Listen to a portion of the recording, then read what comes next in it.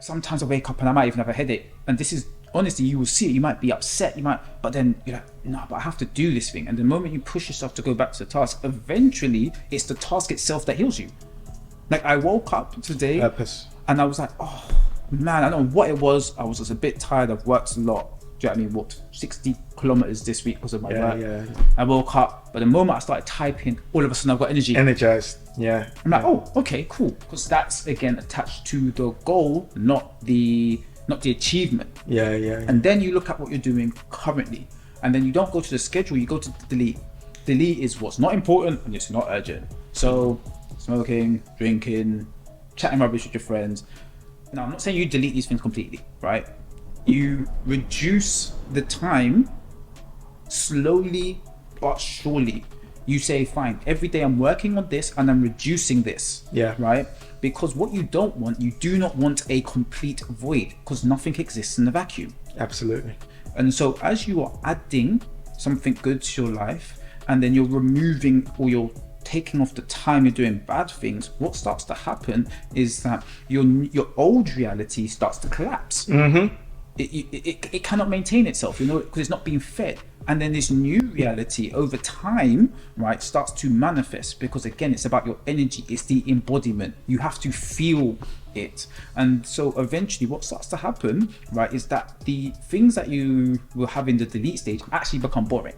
Like you no longer have time for it. Those times I used to play my PlayStation in the evening. Now I'm realizing that what I really want to do is I might be working on my business, I might be researching something. PlayStation's still there. Yep. Just not as attractive.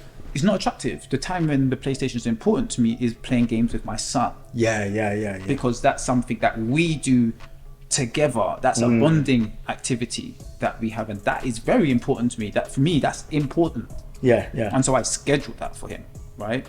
And so eventually you start seeing the change. Do it for 30 days. Honestly, if you want to see your life change in 30 days, give an hour. 110%. If you really want it to change, right? And I'm not saying to do 2 hours, 3 hours. Some people say 3 hours. Okay. No.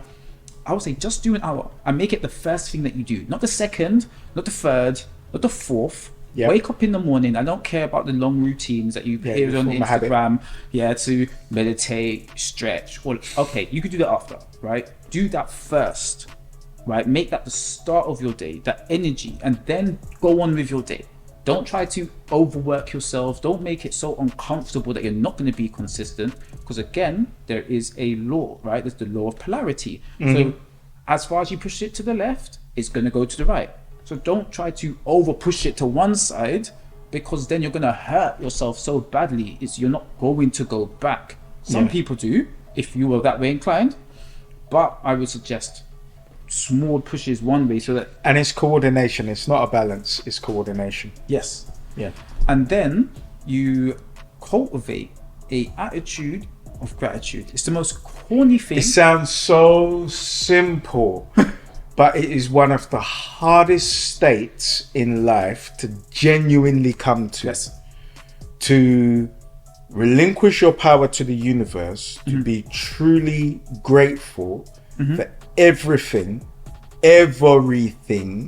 from this vehicle that transports your consciousness and your lifeblood to every material thing and person and relationship that you have in your life. It is one of the hardest states to realize, because we are so conditioned to seek external validation and not to actually see with our lens what we have within ourselves and externally, and value it. Yes. Because this is where we are delivered our desire of consumerism. But when you value everything you have, that starts to turn down the volume on the consumerism. Yes, because I'm actually grateful for what I have, and I utilize it.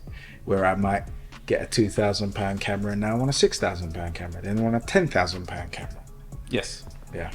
And I think a good place to start, especially for people, if you find it hard to be grateful, right? Be grateful for near misses. What do I mean by that? You almost hit your toe. Thank God for that, because you didn't, right? Because sometimes we find it so hard to be grateful. Nothing good's going on with my life, but you know what? It could be a lot worse, and you know it. So if you can't be grateful for what you have yet, be grateful for near misses. Be grateful for the things that didn't happen to you that you would hate to happen to you, because either way, you're gonna then start to attract new thoughts to you because you are still being grateful. So start where you are. Exactly.